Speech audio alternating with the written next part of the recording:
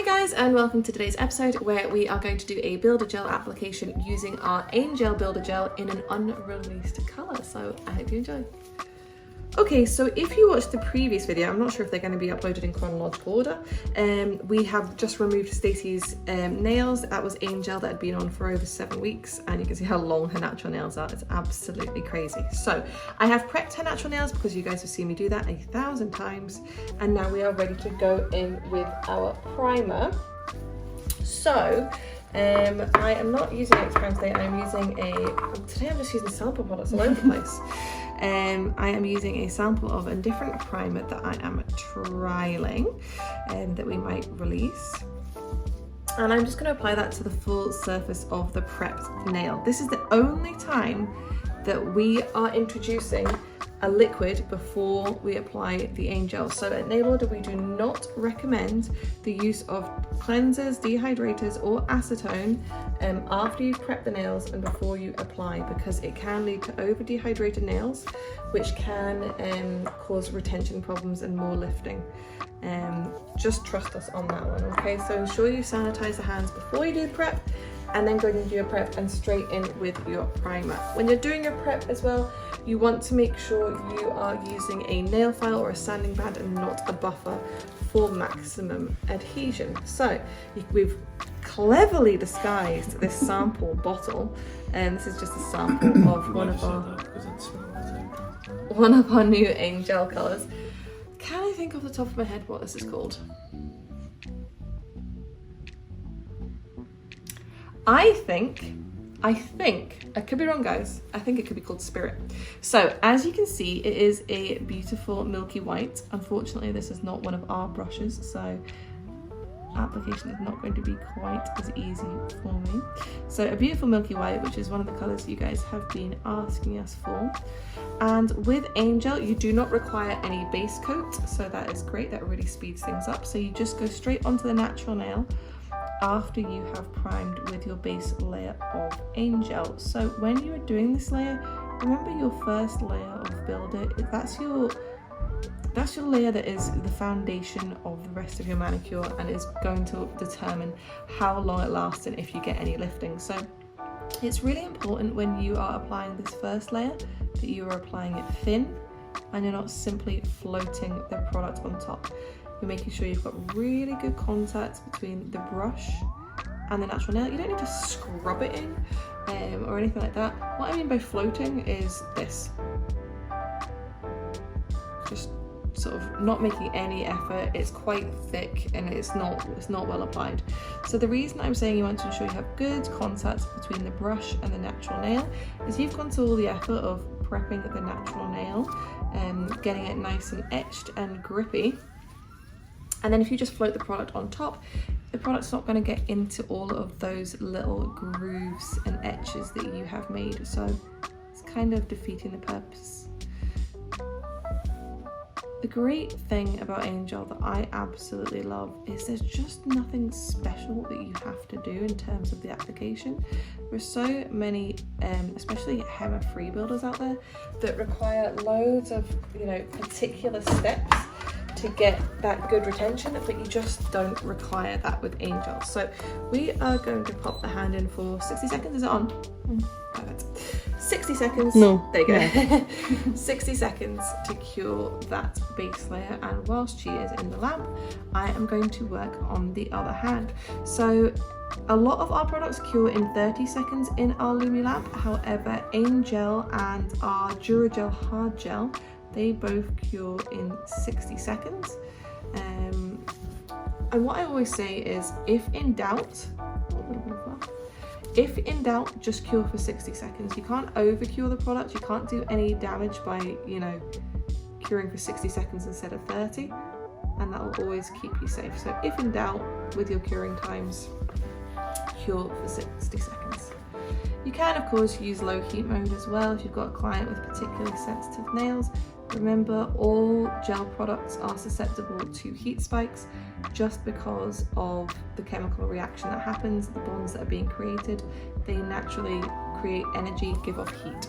So I don't think this is a spicy gel at all, though. Did you have any heat there? No.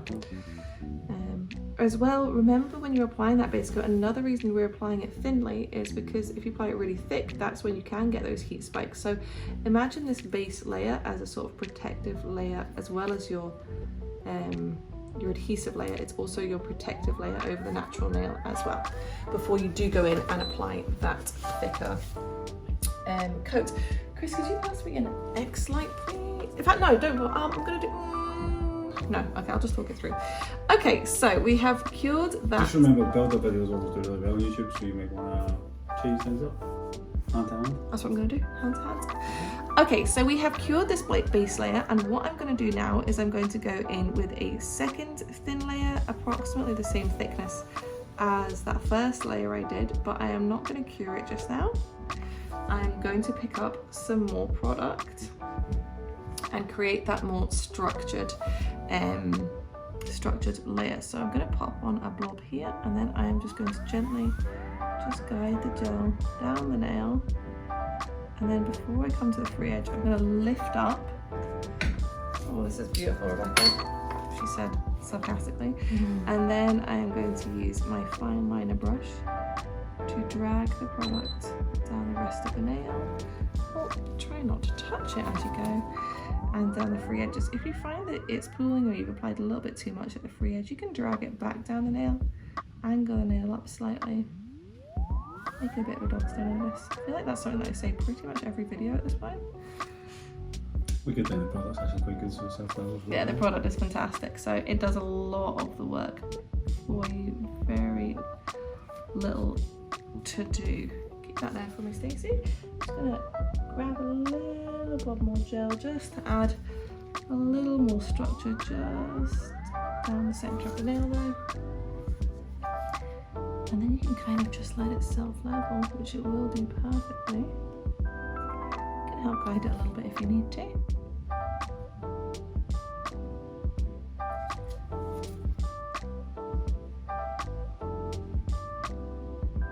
Okay. Now I'm going to get you to turn your hand upside down for me. And we're going to have the tip slightly pointing up the way as she has here. We're not going to have it completely flat, slightly pointing up the way. Let gravity do the work. Make sure you move your head around when you're doing this, guys. And then Stacey, I'm going to get you to pop that hand in the lamp while I work on the same finger on the other side. So you can do it this way, or you can flash cure as well. The reason that we do this, if you're not, it depends how thick the second layer is that you're applying. Remember, number one, we don't want to apply it too thick. Builder gel is not designed to be applied really, really thick. If you're applying it really thick, you probably want to be thinking about moving on to a product such as hard gel. We have our Duragel for that purpose. But if you are doing that sort of slightly thicker structured layer, the reason we do the flash curing or curing one by one like this is so that if you've gone onto all that effort to make the gel, you know, sit perfectly, dragged it into all the areas you want, it's sitting nice and smooth, then by the time you've gone on to all of the other fingers, the gel might have moved, especially just with the angle of people's hands, the heat of their body, making the product a little runnier. So I just find, just to sort of ensure your work as such, this is the best method. Again, as I always like to say in these videos, guys, I am not the best applicator of structure gels. There are people out there who are way better than me. Hold your hand upside down for me. And everybody's going to have a slightly different method of application when it comes to builder gel. So if you do something completely different to what I'm doing right now, don't worry. Pop your hand in for me, Stacey. There we go. So now you can see that beautiful milky white colour. How perfect is that? Absolutely love it. So this first gel you put on, why did you put it on? What's it called? This one here, this is called a slip layer. So what it does is it helps guide the gel into the areas that you want it to be. I didn't used to use a slip layer, and it's from watching other people that I have started, and can I just say it makes it so much easier to apply the gel, or this sort of thicker layer of gel if you have the slip layer. It really, really does. And if someone's new to the channel or to nails in general, what's the difference between all those gels you just said, builder, hard gel, etc.? that's the thing. These days I find a lot of people just automatically reach for builder gel when there's really not necessarily a need to. All the different gels are going to have a different purpose. So, for instance, a hard gel it's not a soaker product, it's a file product. That's what you want to use to be creating long length or a high apex or anything like that. That can cure at a much thicker rate, thicker layer than Thicker thickness? yeah, thicker thickness than builder gel can. Builder gel is going to give you a slightly more structured manicure or slightly firmer base than say a gel polish is going to give you, whereas a gel polish base coat isn't really adding any strength to the natural nails. I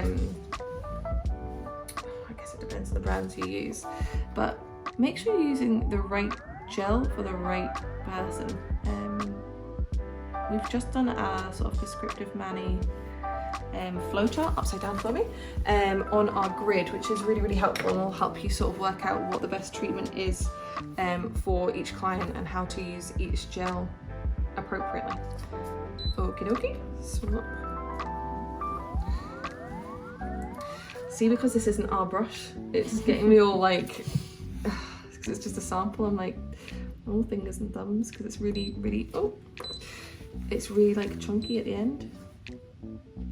So I know in a lot of different countries they call different products different things, so I just want to clarify, this is a builder and it comes out of a bottle? Correct. So sometimes in America they'll refer to builder gels and they're actually referring to a hard gel product. I would say generally speaking, generally guys, so don't quote me on this, products that are file off are hard gels. Products that are soak off are what we in the UK call a builder. You think we've got it wrong, and the hard gel is a builder gel because you can build the apex, versus what we call a builder gel. I think a foundation gel would have been, foundation would have been a better word than builder. I think the word builder, people really cling to it. We don't recommend creating extensions with builder gel at all. Doesn't matter the brand, it's just not something that we believe in, because I think it leads to products being applied too thickly, and then that leads to product possibly being undercured, which can obviously lead to allergies. So if you're creating extensions with gel for somebody, you should be using hard gel. And I categorically believe that if you are creating an extension, you should be using hard gel, unless you're, as in for a liquid gel. If you're regularly creating extensions for somebody, use full cover tips.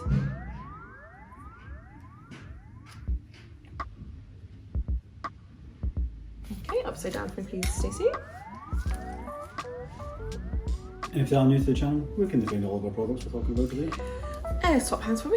Nailorder.co.uk is where you are going to find all of our products, guys. And we have a big back catalogue of YouTubes. And as well, if you want to go to our Instagram, it's just Nailorder on the Instagram. You will see lots of reels, more educational content, as well as just other general content, I guess. We also have a good TikTok. Fun. It's a fun TikTok, it's not an educational TikTok. So again, I'm just going to pick up a little more gel. Everybody's going to have a slightly different method of application for builder gel. I do sort of like the sort of pushing and pulling method where you're floating it along the nail. But again, it's not too thick. I recently did, was it a YouTube or a reel that I did about gel thickness, Chris? In terms of comparison? Was it at the end of a live? We did it on Instagram Live, and it was also recorded for YouTube, which you can go back and watch, and you can see the thickness between what we call Flexi Gel, which is a sort of rubber-based product, builder gel, which we call Angel, and a hard or structural gel, which we call Judo Gel. Yeah, and you can see sort of the thicknesses that and how different products flex differently. Again, we don't believe that builder gel was designed to be applied really, really thick with big high apexes. So something I think we see far too often. If you're doing that, you're not really using, in my opinion, the right gel for the purpose. So where can you get this flowchart? It is in our group on Facebook, which is Nail Order Tips and Advice group, or it's on our Instagram as well. Instagram will be appearing across the screen as we speak. Hopefully, if I remember to do it. Okay, upside down, please, Stacey. So, say if someone's in a different country, say they're in France, and they want to order, can they? Absolutely, we ship worldwide. Also, bonjour. Yeah, bonjour if you want. Okay, in you go, Stacey. Oh. It's a really pretty colour. It's really nice, isn't it? Yeah. Yeah. I think this one's going to be really popular. When do you think this will be released? Soon? Maybe 3 or 4 weeks. Oh. That's soon, right? Around before Easter? Around or before? Well, around. Let's not tie ourselves to anything. Around. And the great thing is, if your application is not perfect, as mine seldom is, you can, of course, refine the product. So we'll go over that once we have finished this application.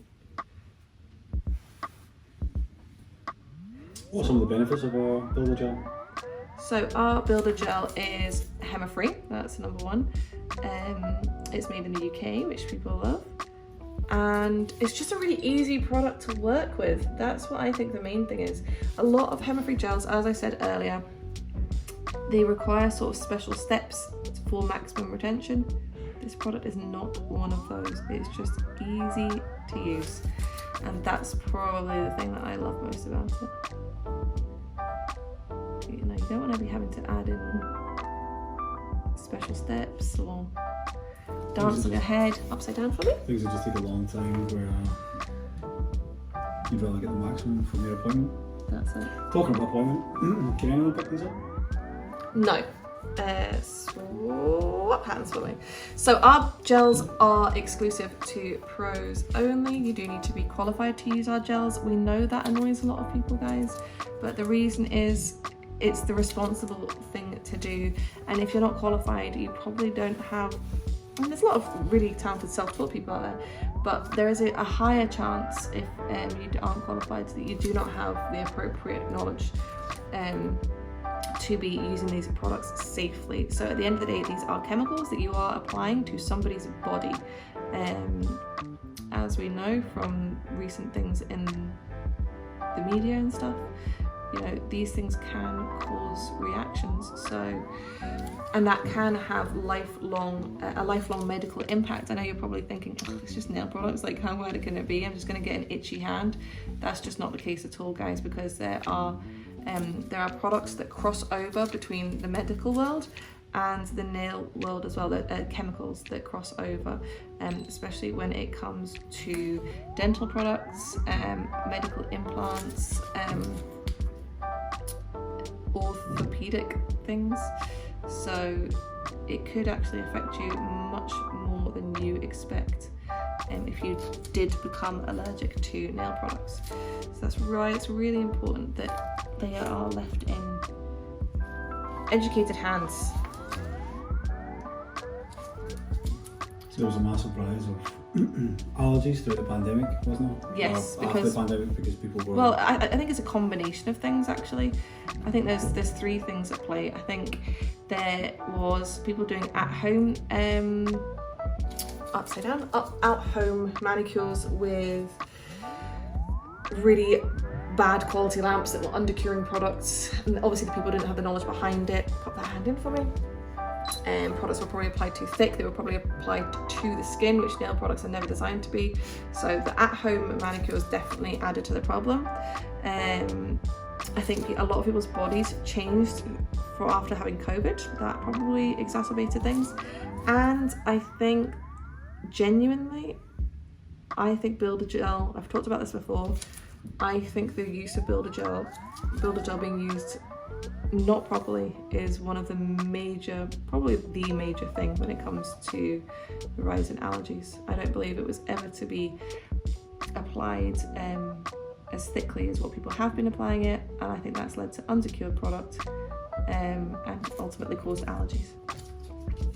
And I hate to say it, but a lot of that comes down to the brands that, you know, started the whole builder gel revolution. Poor education and not telling people or correcting people about the application of the product. We never had these problems before builder gel. Of course there's going to be people that are allergic to things, there always is, but we never had in the nail industry. And the chemicals that we're talking about, HEMA and things like that, have been used in the nail industry for decades, and we never had this issue before builder gel came around. So to me, putting 2 and 2 together, upside down for me, I think it makes sense. Yeah.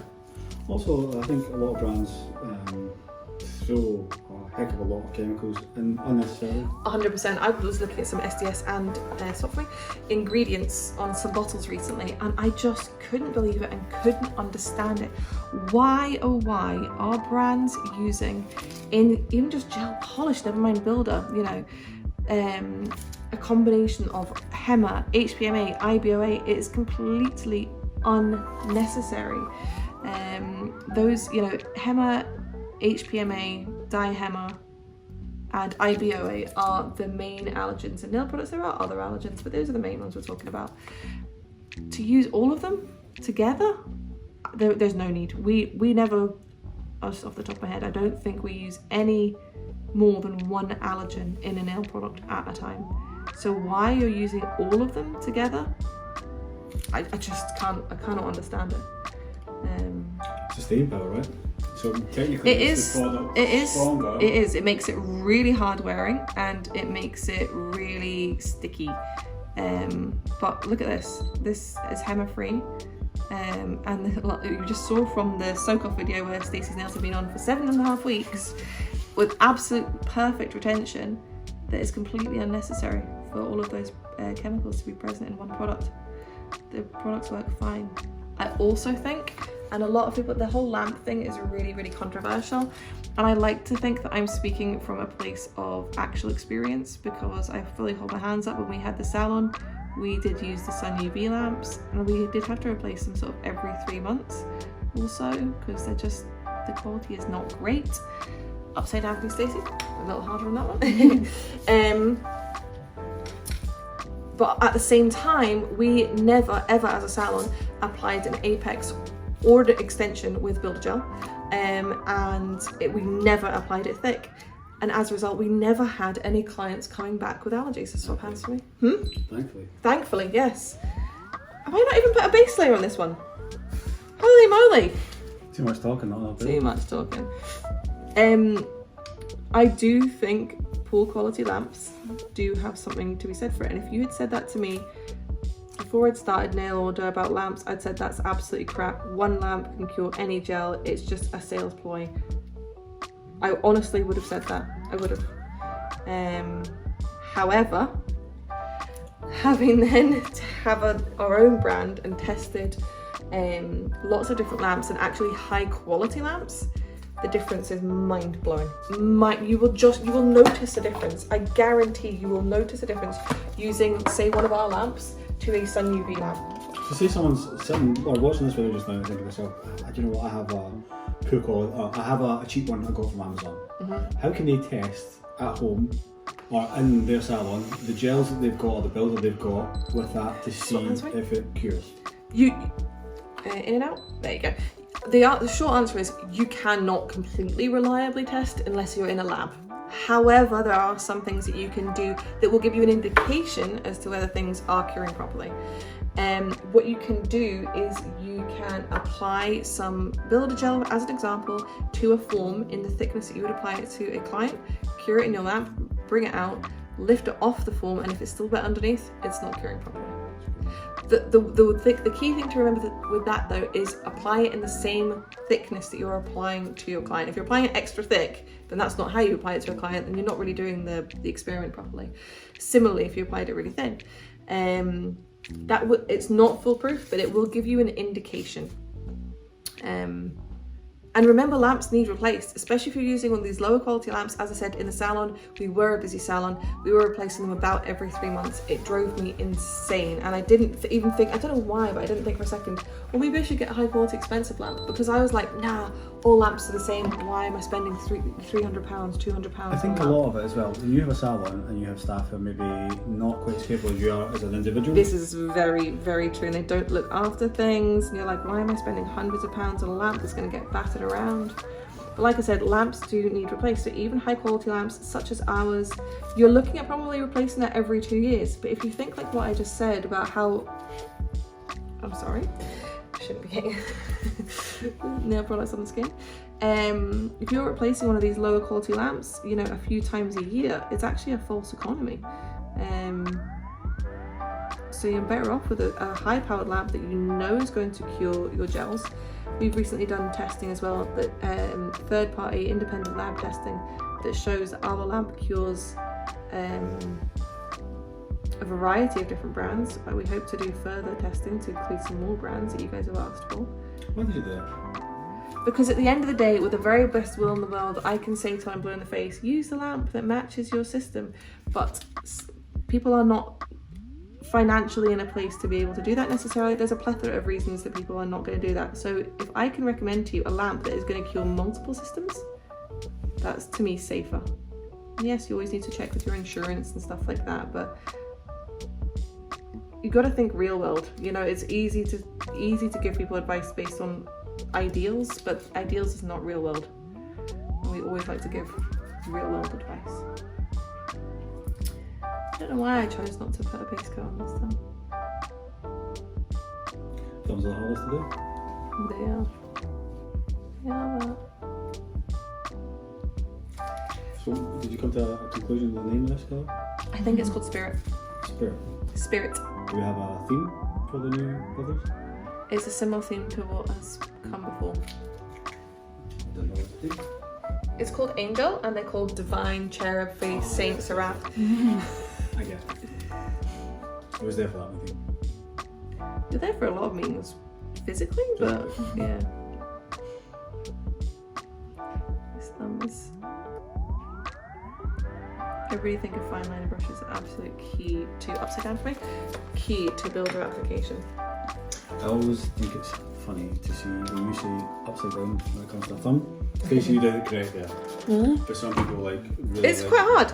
really like bend their, yeah. Like, Pop that hand in for me. I'm trying to think of when you missed on them with all the arms. So there is going to be a little bit of refining needed on some of these nails. So what I'm going to do is I'm just going to wipe over to remove the inhibition layer.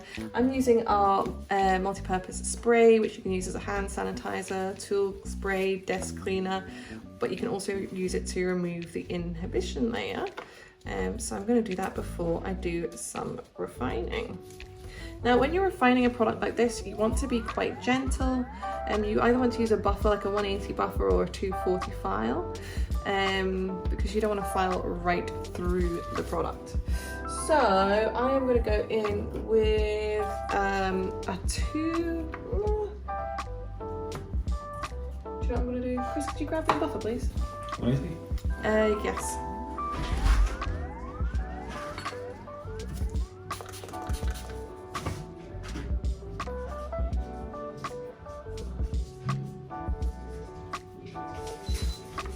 But you never thought you were going to get this colour.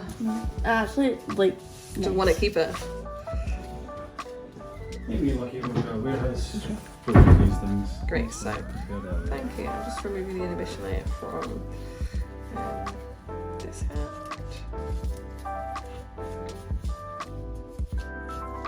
Great, so what I'm going to do now is I'm just going to go in with my 180 buffer, and I'm just very gently going to go over just to smooth it out. It's not a huge amount of refining that needs done, and to be honest, I will use a combination of buffer and a nail file to really just get a really perfect finish. I will show you in a wee second. I just think a combination just gives you the best of both worlds. Also, buff over the top of this takes the kind of shine off and prepares the area for painting, is that right? Yes, but you can paint straight over the inhibition layer. Really? Yes, you can. Although I would say you probably find it a little bit easier if you do buff off the top line.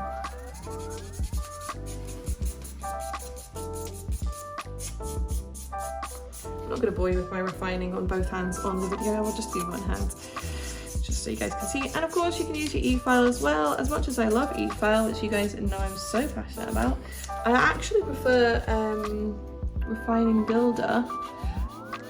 I actually prefer it for the most part, or at least certainly the finishing part, with a nail file. I just think you just get a more perfect finish. I feel like I have a little bit more control. But I do also like to use a mini sanding band for refining. So I'm just very gently using this 240, and I'm really mostly just going to use that up the sort of sidewalls, and just to neaten up my shape as well.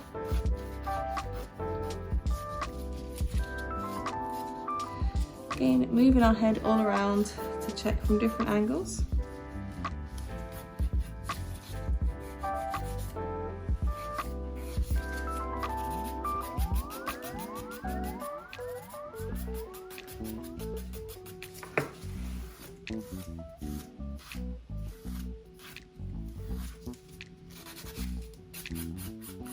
Remember your client's fingers, they do move and your head moves. So I just think you want to look from different angles just to make sure everything's looking nice and smooth and nicely shaped.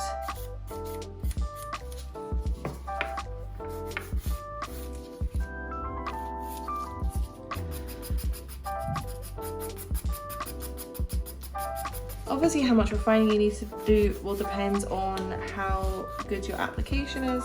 Some people don't need to refine at all. I often find, I mostly find that with AIM gel, with Builder gel, I do have to do a bit of refining. With something such as Flexi gel or rubber base, just because it's that slightly thinner viscosity, I don't find that any refining is needed.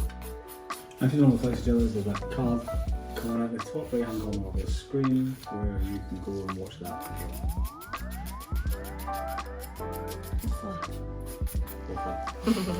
Unless you're watching it on a smart TV, you won't actually see that. But then just go search. It's kind of stupid because it's not really smart, is it? Oh. That always annoys me when people are like, yeah, it's just here on the screen. It's not. So if you're watching your phone, but how many people are watching their phone? I don't know. Not if you're on the lunch break. I mean, Adele watches stuff on the lunch break all the time. This is very true. You can't eat unless you're watching something. Which I think is crazy. Also, it's like when you get into Nando's, right? And you're sitting as a couple. This winds me up so much. It really winds us up. I know exactly what you're going to say. When you're sitting as a couple, I face my wife and I look into her eyes and tell her how beautiful she is, and then he doesn't do any of those things, but he does. He does sit my properly. face with chicken. But you get some people. So say there's a table of 4, right? So there's 4 seats. So you normally just choose one side and you sit across from each other. See the people that sit beside each other and look out. You know, at home they don't like sit at a table. What they do is they just sit in front of the TV. No, but we well, before the dog situation, we would sit in front of the TV, but still. Out at a restaurant, you do. No, I do think it's weird, and I'm sorry if that is you, but I do still think it's serial killer vibes. Yeah, so you're just letting people know in advance that they're good. So again, with AIM gel, you don't want to be using a low grit nail file. You want to be, if you are using a file, you want to be something like a 240. I think that's absolutely plenty. That will do the job. But you can use a buffer, and of course, if you have applied it beautifully, you might not need to do any refining at all. So that is my refining done on that hand. Obviously, they're not shiny anymore, so it's kind of hard to see. But you just want to make sure.